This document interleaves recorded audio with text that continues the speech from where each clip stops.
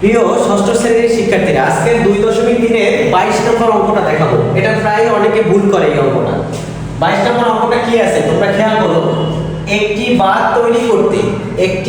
তৈরি করতে বাঁধ কোথায় তৈরি করে?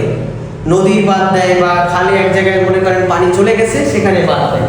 তো একটা বাঁধ তৈরি করতে 360 জন শ্রমিকের 25 দিন সময় লাগে। এখন মনে মনে তোমরা ধরো যে তুমি একটা বাঁধ তৈরি করবা বা একটা কাজের জন্য 360 জন শ্রমিক নেবা। তোমার ওই কাজটা 360 জনে করতে পারবে 25 দিন সময় দেবে। এখন 18 দিনের বাড়তির কাজ শেষ করতে, তার মানে তুমি এখন 25 দিনে আর করাইতে চাচ্ছ না, তুমি চাচ্ছ ওই কাজটি 18 দিনে যদি আমি করি তাহলে আমার কি হবে? 18 দিনে কাজটি শেষ করতে হলে কতজন অতিরিক্ত শ্রমিক লাগবে? তার মানে 25 দিনে ওই কাজটা করতে পারে 360 জন শ্রমিক। এখন কথা হলো যে সেইখানে তুমি দিন কমাই আনতেছো। আচ্ছা, একটা কাজ যদি 2 জনে তোমরা শুরু করো, 2 জনে শুরু করার পরে যদি তোমার সেই কাজটা সম্পন্ন করতে 10 দিন সময় লাগে, সেই কাজটা যদি তুমি 5 দিনে শেষ করতে চাও তাহলে কি 2 জনে পারবে? পারবে না। তখন তোমার হয়তো 4 জন লাগবে আর কি তোমার। তো এই যে বিষয়টা, তো একটি বাঁধ তৈরি করতে, তো দেখো কিভাবে একদম ইজি হবে যে 25 দিন সময় লাগে। আচ্ছা, আমাদের চাইছে কি? আমাদের চাইছে শ্রমিক মানে জন, তার মানে আমাদের জন কি ডান পাশে রাখতে হবে। তো 25 দিনে করতে পারে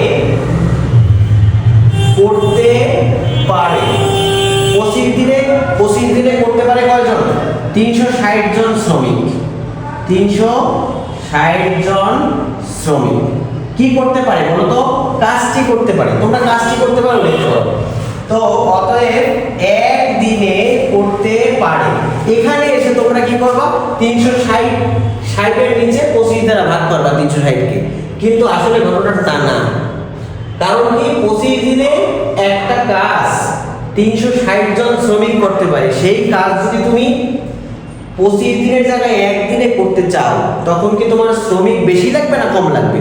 নিশ্চয়ই বেশি লাগবে। কারণ 25 দিনে তুমি কাজটা করতে চাও, করতে পারতেছো 360 জন শ্রমিক নিয়ে, সেখানে তুমি একদিনে কাজটা করতে চাচ্ছ, তাহলে একদিনে করলে তো আমার শ্রমিক অনেক বেশি লাগবে। তো সেই জন্য কিন্তু উপরের এই 25 দিনের চেয়ে যদি একদিনে শ্রমিক বেশি লাগে তখন কিন্তু আমরা ভাগ দিতে পারবো না। আমরা কি করবো? গুণ দেবো। 360 গুণন 25। এই জায়গায় অনেকেই ভুল করে, এই জায়গায় হচ্ছে 25 দিয়ে 360 কে ভাগ করে দেয়, যার ফলে অঙ্ক হয় না। কারণ কি? বেশি আগের যে কন্ডিশন দেয়া ছিল সেই কন্ডিশনের থেকে পরের লাইনের কন্ডিশন বেশি, তাই আমরা ভুল করেছি। এরপরে অতএব 18 দিনে কাজটি করতে পারে, কারণ আমাদের বলা আছে 18 দিনে তাহলে কাজটি করতে পারে কতজন শ্রমিক? 18 দিনে কাজটি করতে পারে। এখন দেখো একদিনে যতজন শ্রমিক কাজটি করতে পারবে, তুমি এই লাইনের ঠিক আগের লাইনটা দেখবা যে একদিনে যতজন শ্রমিক কাজটি করতে পারবে 18 দিনে তার চেয়ে কম সময়, 18 দিনে তাহলে শ্রমিক কম লাগবে। হ্যাঁ, কারণ একদিনে কাজটা যতজন শ্রমিক লাগবে 18 দিনে তোমার অত শ্রমিক লাগবে না, তাই না? তার মানে এই 18 দিয়ে কিন্তু এখন আগেরটার থেকে কিন্তু কম শ্রমিক লাগবে, তার মানে এটা হবে ভাগ।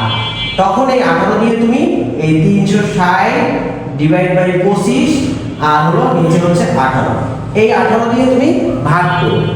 এখন 18 দিয়ে যদি ভাগ করি আমরা দেখো এখানে এই যে 360 ডিভাইড এই যে 18, তাই না? এরকম না, তাহলে 18 36 এর ভিতর কয়বার যায়? 18 36 এর ভিতর 2 বার যায়, আর এই শূন্যটা থেকে গেল, তার মানে 18 × 36 20, তাহলে 360 এর ভিতরে 18 কয়বার যায়? 20 বার। এখন আমরা এই যে 20 আর 25 এই দুইটা গুণ করলে কত হবে সেটা আমরা দেখব। তাহলে 25 দুগুণে 50, এটা গুণ করে নেবে, এটা 500 হয়, তার মানে 500 জন। কতজন?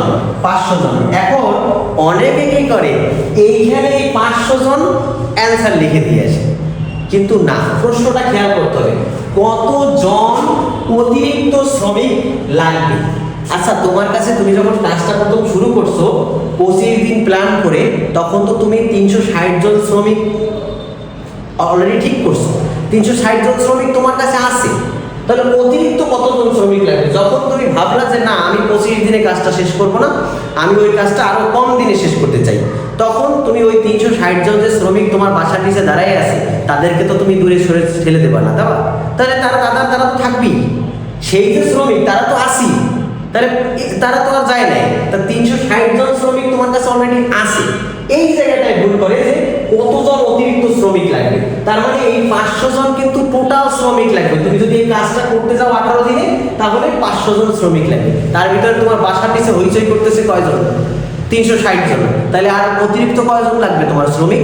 অতিরিক্ত লাগবে তোমার শ্রমিক কতজন? তাহলে 360 জন তো তোমার কাছে আছে, তাহলে মোট শ্রমিক যে কয়জন লাগবে তার থেকে 360 বাদ দেবো।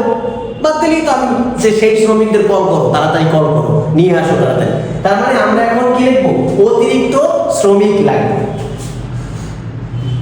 অতিরিক্ত শ্রমিক লাগবে কতজন? এখন দেখেন এই যে অতিরিক্ত শ্রমিক লাগবে, হ্যাঁ অতিরিক্ত শ্রমিক লাগবে কয়জন সেইটা আমরা দেখব। এখন অতিরিক্ত শ্রমিক লাগবে হলো এই যে 500 জন মোট শ্রমিক, তার থেকে বিয়োগ দেব 360। হ্যাঁ, কারণ 360 জন কিন্তু তোমার বাসার নিচে হইচই করতেছে এত জন। তার মানে হচ্ছে এই 360 জন, তাহলে এখানে বিয়োগ করলে আসবে 0 4 1 140 জন।